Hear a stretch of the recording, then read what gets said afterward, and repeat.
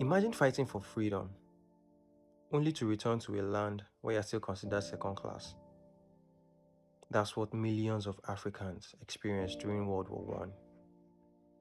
They weren't just soldiers, they were pawns in a European war.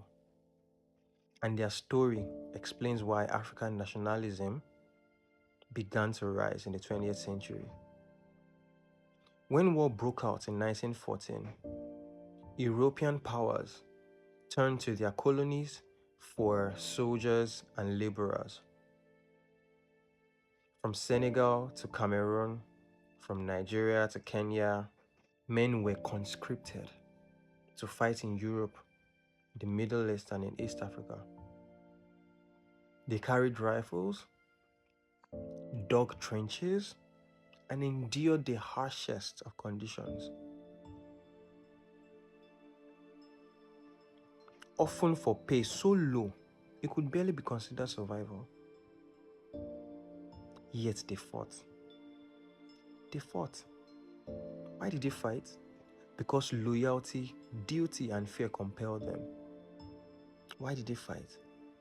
Because they believed they were fighting for something greater than them. They believed they were fighting for something bigger than themselves. Or so they hoped. African soldiers faced the harshest of conditions, from frostbites in Europe to malaria in East Africa, poison gas, trench warfare. Casualties were enormous, supplies were scarce, and recognition, they were barely recognized for all their hard work and labor and fighting. And yet they showed resilience, courage, and ingenuity.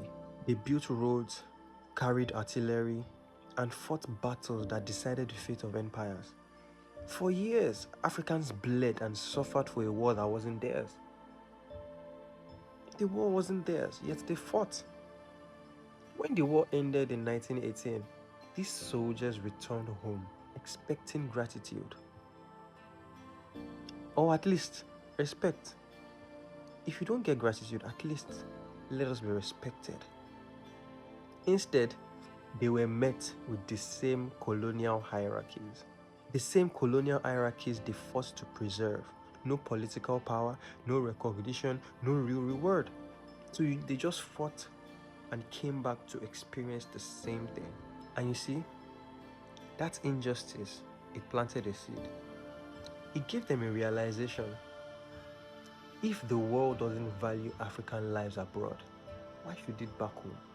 This was the psychological spark of the African awakening.